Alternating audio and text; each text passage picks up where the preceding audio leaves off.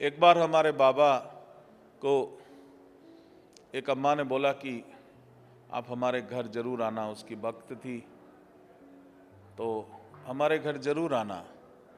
तो उन्होंने कहा हाँ मैं आ जाऊंगा। तो तिथि निर्धारित हो गई, बड़ी खुश हुई। उसने कहा मेरा गुरु आ रहा है, और बहुत से लोग आ गए, संत दर्शन होंगे, पकवान बनाए गए, प्रसाद जो होता है बढ़िया बढ़िया प्रसाद बनता है, सब हो गया। जो समय निर्धारित था वो बाबा पहुंचे ही नहीं। बहुत देर इंतजार करी, शाम हो गई, रात हो गई। कहा अब तो नहीं आएंगे, चलो। सबने प्रसाद लिया, अपने अपने घर चले गए।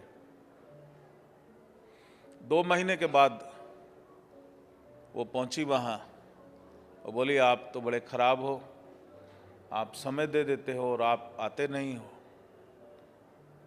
तो बाबा ने कहा मैं तो आया था, और जो समय मैंने दिया था मैं तो उसी समय आया था।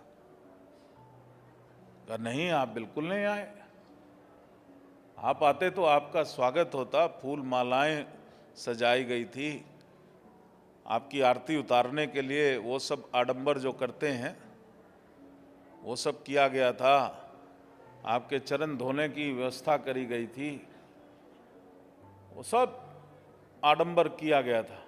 आडंबर बोलते हैं हम लोग, तो उनके लिए तो गुरु पूजन है। गुरु पूजन आत्म पूजन है, शरीर पूजन नहीं। शरीर का तो 2 मिनट में दोस्ती, 2 मिनट में दुश्मनी। जो आत्मा का संबंध है वो सबसे पवित्र संबंध होता है, और उसमें कोई आडंबर नहीं होता। तो कहा मैं तो आया था। बोले आप मजाक भी करते हो और मजाक मजाक में झूठ भी बोलते हो। बोले अच्छा ये बता, जब भोजन तैयार हो गया था एक कुत्ता तुम्हारे यहाँ आया था कि नहीं आया था? बोले हाँ आया था। बोले अरे वो कुत्ता जब खाना खाने लगा था तो तूने उसके मुंह से खाना छीना था कि नहीं छीना था? बोली हाँ छीना था। और खाली खाना ही नहीं छीना था, तूने उसके सोटी मारी थी कि नहीं मारी थी? हाँ मारी थी। उसके बाद उसको भगाने के लिए उसके पत्थर मारा था कि नहीं मारा था? हाँ वो भी मारा था। और एक पत्थर उसके पैर में लगा था, वो लंगड़ाता हुआ गया था कि नहीं गया था? बोला हाँ गया था। तो बाबा बोले बता, तू मुझे घर बुलाती है और फिर आडंबर रचती है, और जब मैं खाना खाने लगता हूँ मेरे मुंह से रोटी छीनती है, और फिर मेरे पीछे सोटी मारती है, फिर मेरे को पत्थर मारती है, और ये देख मेरे पैर में अभी भी चोट का निशान है।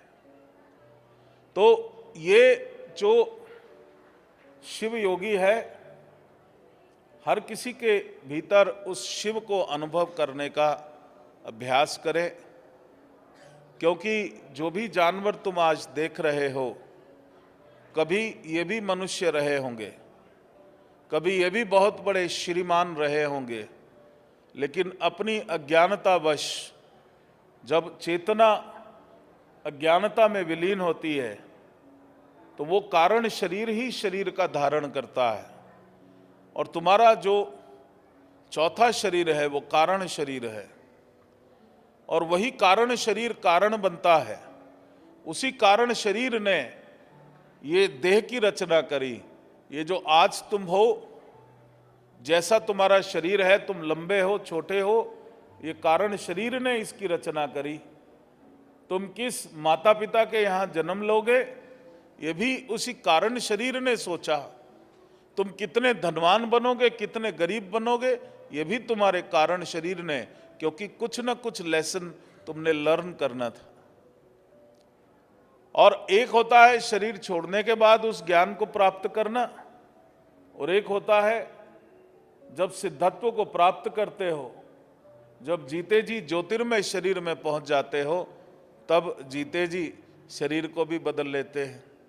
तो वही अवधूत उसके घर में गया, लेकिन कुत्ता बन के गया, ये देखने के लिए कि जो मैंने टीचिंग्स दी हैं, जो मैंने सिखावनी दी है, क्या उस सिखावनी का पालन हो रहा है कि नहीं हो रहा?